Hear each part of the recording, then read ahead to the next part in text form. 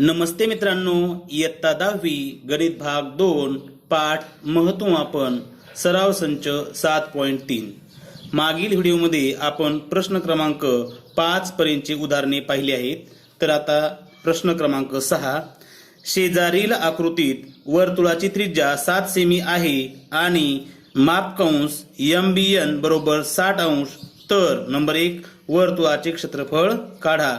Number 2 area of OMBN म्हणजेच MBN पहा, OMBN म्हणजे O केंद्र असलेल्या MBN ह्या वर्तुळ पाकळीचं आपल्याला क्षेत्रफळ काढायचे.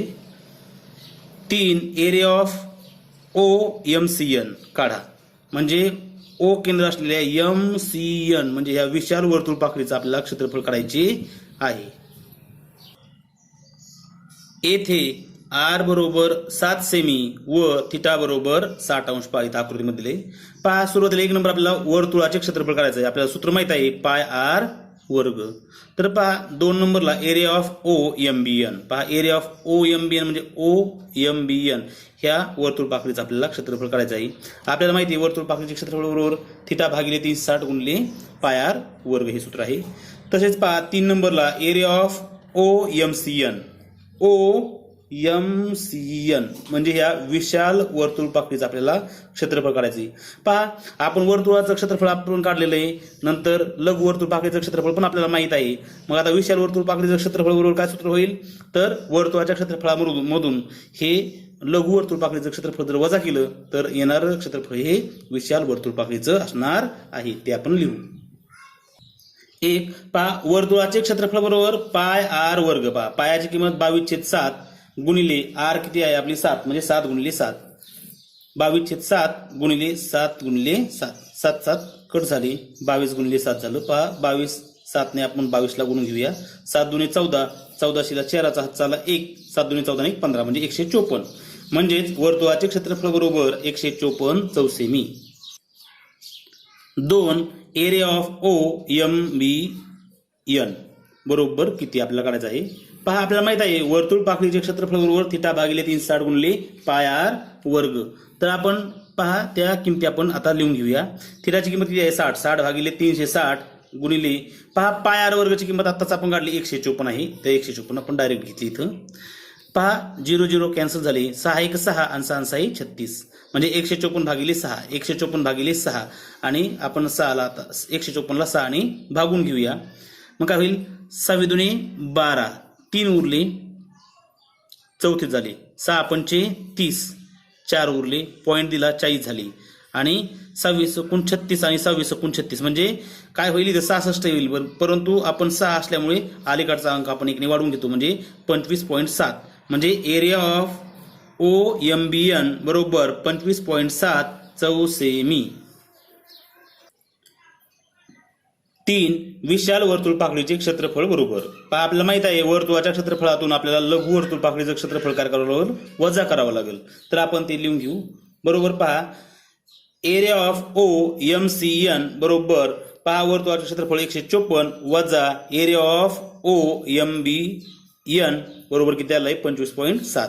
तर 154 मधून 25.7 आपण काय करू? वजा करू. मग काय होईल? पहा, एरिया ऑफ OMCN बरोबर 128.3 चौसेमी. प्रश्न 7.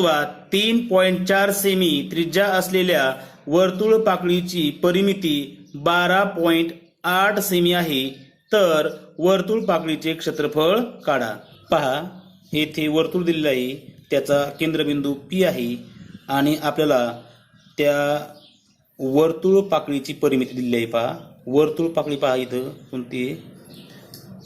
PABC ही वर्तुळ पाकळी आहे. पहा, तर त्याची जी परिमिती म्हणजे काय होईल? पहा, APC आणि A इथपर्यंत हे म्हणजे length of AP plus PC plus AC म्हणजे या वर्तुळ कंसाची लांबी आणि या दोन त्रिज्यांच्या लांब्यांची बेरीज म्हणजे 2R म्हणजे 2R प्लस कंसाची लांबी ही काय झाली? त्या वर्तुळ पाकळीची परिमिती ती आपल्याला 12.8 सेमी दिलेली आहे. तसेच या वर्तुळाची त्रिज्या पण दिलेली आपल्याला 3.4 सेमी.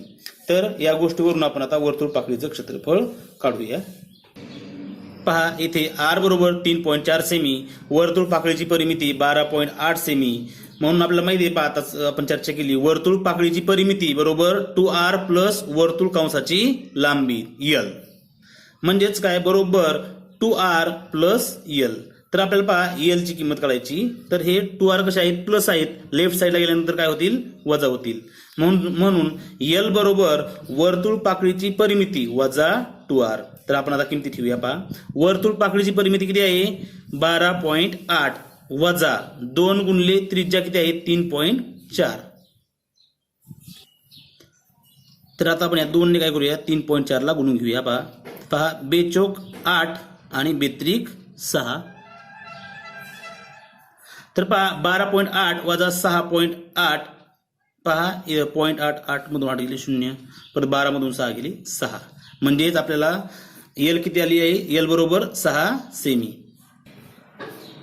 पहा आपल्याला माहित आहे वर्तुळ पाकळीचे क्षेत्रफळ बरोबर काय आहे, वर्तुळ कंसाची लांबी गुणिले त्रिज्या भागिले 2. वर्तुळ कंसाची लांबी आपण एल आणि त्रिज्या आर आहेत.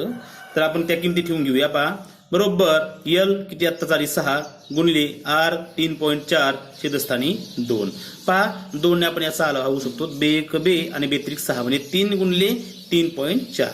तर त्याचा गुणाकार पहा 3 चौक 12 ला 2चा हातचा आला 1, 3 त्रिक 9 आणि 10 म्हणजे 10 दशांश. पहा दशांश नंतर एक स्थळ आहे, मग एक स्थळापूर्वी दशांश म्हणजे 10.2 चौसेमी. म्हणून एक लाईन लिहायची. पहा वर्तुळ पाकळीचे क्षेत्रफळ बरोबर 10.2 चौसेमी.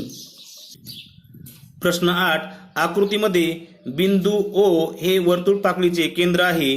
कोन ROQ व कोन MON बरोबर 60 अंश, OR बरोबर 7 सेमी, OM बरोबर 21 सेमी. तर कंस RXQ व कंस MYN ची लांबी काढा. पाय बरोबर 22/7. पहा इथं एक वर्तुळ पाकळी दिलेली आहे आणि त्याचा जो कोन आहे कोणता, ROQ आणि MON हे कसे आहेत, एकरूप आहेत, ते 60 अंशाचे. इथं समजा ते थिटा म्हणू आपण. तसेच पहा या वर्तुळ पाकळीत जे छोटा कंस आहे कंस RXQ, तर ही जी त्रिज्या आहे OR त्याची ती किती आहे, 7 सेमी. तसेच जो मोठा कंस आहे MYN त्याची जी त्रिज्या आहे ती 21 सेंटीमीटर आपल्याला दिलेली आहे. आणि या मापांवरून आपल्याला त्या दोन्ही पण म्हणजे कंस RXQ ची लांबी म्हणजे कंसाची लांबी, तसेच कंस MYN या कंसाची लांबी या दोन विचारलेल्या आहेत. दिलेल्या गोष्टी लिहून घेऊ. पहा कोन ROQ बरोबर कोन MON, कारण ते एकरूप आहेत, बरोबर थिटा मानू. पहा मग थिटा बरोबर किती दिलाय आपल्याला, 60 अंश. OR ही छोटी त्रिज्या आहे, त्याला R1 मानू आपण. इथं R1 बरोबर 7 सेंटीमीटर. तसेच OM याला आपण R2 मानू, ती किती आहे, 21 सेमी. पाय बरोबर आपल्याला 22/7 दिलेला आहे. तसेच आपल्याला कंस RXQ च लांबी विचारली, तसेच कंस MYN ची पण आपल्याला लांबी विचारलेली आहे.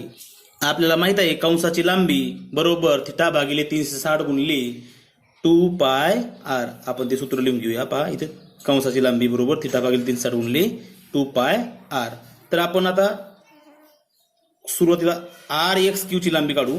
कंस RXQ ची लांबी बरोबर थिटा किती आहे, 60. 60 भागिले 360 गुणिले 2 ला 2 गुणिले पायाची किंमत 22/7 गुणिले सुरुवातीला R1 पहा, कारण त्याची R1 त्रिज्या आहे. बरोबर पहा हे 0 0 कॅन्सल झाले, 6 1 6 आणि 6 6 36. आता राहिलेल्या रिमेनिंग पार्ट घेऊ. पहा 2 गुणिले 22, हे पहा 2 गुणिले 22 आणि 6 गुणिले 7 छेदस्थानी 6 गुणिले 7. पहा बे एक बे आणि बेत्रिक 6 म्हणजे, आणि हे 7 7 गेट कॅन्सल म्हणजे 22/3 राहील. बरोबर 22/3.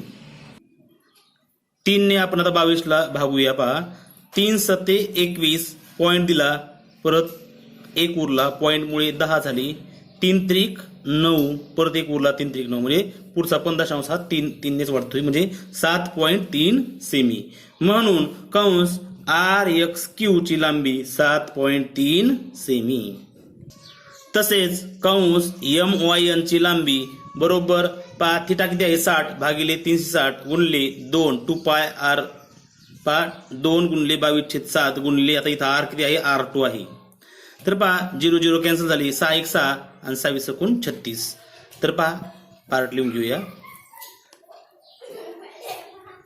2 गुणिले 22 छेद काय झाले पहा 6 गुणिले 7 आणि इथं किती आहे R2 21. तर 7 1 7 आणि 7 त्रिक 21. 2 1 2 आणि 2 त्रिक 6 म्हणजे 22 त्रिक 66 छेद हे किती आले 3 आणि 3 ने जर आपण 66 ला भागलं तर 3 2 6 आणि 3 2 6 म्हणजे 22 सेमी. म्हणून कंस MYN ची लांबी बरोबर 22 सेमी. प्रश्न 9 आकृतीत एरिया ऑफ PABC या वर्तुळ पाकडीचे क्षेत्रफळ दिलेले पहा बरोबर 154 चौसेमी आणि वर्तुळाची त्रिज्या 14 सेमी असेल तर नंबर 1 पहा कोन APC चे माप काढा. नंबर 2 कंस ABC ची लांबी काढा. म्हणजे आपल्याला काय थिटा काढायचा आहे पहा APC म्हणजे पहा APC थिटा काढायचा आहे आणि दुसरं काय ABC या कंसाची लांबी काढायची आहे आणि आपल्याला काय दिले तर वर्तुळ पाकडीचं क्षेत्रफळ दिलेलं आहे. येथे एरिया ऑफ PABC बरोबर 154 चौसेमी R बरोबर 14 सेमी. समजा कोन APC बरोबर थिटा. आपण APC काय मानलाय थिटा मानलेला आहे. येथे वर्तुळ पाकडीचे क्षेत्रफळ दिले आहे म्हणून आपण जर वर्तुळ पाकडीचं क्षेत्रफळाचं सूत्र वापरलं तर आपल्याला थिटा काढता येईल. पहा 1 नंबर काढू आपण आता. वर्तुळ पाकडीचे क्षेत्रफळ बरोबर थिटा भागिले 360 गुणिले पाय R वर्ग. आता आपण किमती ठेवूया पहा. एरिया ऑफ PABC बरोबर थिटा भागिले 360 गुणिले पाय R वर्ग. आता किमती ठेवून पहा वर्तुळ पाकडीचा एरिया किती आहे 154 बरोबर थिटा भागिले 360 गुणिले पायाची किंमत 22/7 गुणिले R चा वर्ग म्हणजे 14 गुणिले 14. पहा 7 1 7 आणि 7 2 14. पहा रिमेनिंग पार्ट आपण लिहून घेऊया. 154 ला 154 थिटा 22 2 आणि 14 पहा ही तर 22 2 44. तर पहा थिटा भागिले 360 गुणले हे 44 22 2 44 आणि हे 14 तर लिहून घेतले आपण. नंतर पहा इथं 4 ने या 360 ला आणि या 44 ला आपण भागू. 4 1 4 4 1 4 आणि 4 9 36 4 0 0 म्हणजे 90 आणि वर किती आले 11. तसेच पहा 2 ने आपण भागून घेऊ पायाला 14 ला आणि ह्या 90 ला. तर 2 7 14 आणि 2 चौक 8 आणि 2 पंचे 10 म्हणजे काय अंशस्थानी काय राहील पहा थिटा 11 आणि हे 7 आणि छेदस्थानी 45. म्हणून पहा 154 बरोबर थिटा भागिले हे 45 गुणिले पहा हे 11 आणि हे 7 गुणाकारामध्ये. तर आता आपल्याला थिटाची किंमत काढायची पहा हे छेदस्थानी 11 आहेत जर लेफ्टला गेले तर गुणिले होतील. इथं हे गुणले आहेत 11 आणि 7 हे दोन पण काय होतील छेदस्थानी जातील. तर थिटा बरोबर काय होईल मग 154 गुणिले 45 छेद 7 गुणिले 11. पहा आता 7 ने आपण हे 154 ला भागून घेऊया. पहा 7 1 7 7 2 14 आणि 7 2 14 बरोबर पहा काय राहील 22 गुणिले 45 छेद 11. 11 1 11 आणि 11 2 22 म्हणजे 45 गुणिले 2 45 2 90. म्हणून थिटा बरोबर किती कोन APC बरोबर थिटा बरोबर किती आला 90 अंश. म्हणून कोन APC बरोबर थिटा बरोबर 90 अंश. पहा 2 नंबर आपल्याला आता कंसाची लांबी काढायची. पहा कंसाची लांबी बरोबर सूत्र काय थिटा भागिले 360 गुणिले 2 पाय R. म्हणून कंस ABC ची लांबी बरोबर पहा थिटा किती आलेला आहे आताच आपण काढलाय 90 भागिले 360 गुणिले 2 गुणिले पाय 22/7 गुणिले R चा R पहा इथं 14. तर पहा इथं काय होईल 0 0 कट झाली 9 1 9 आणि 9 चौक 36. पहा इथं 7 1 7 आणि 7 2 14. तर आता पार्ट पहा लिहून घेऊया.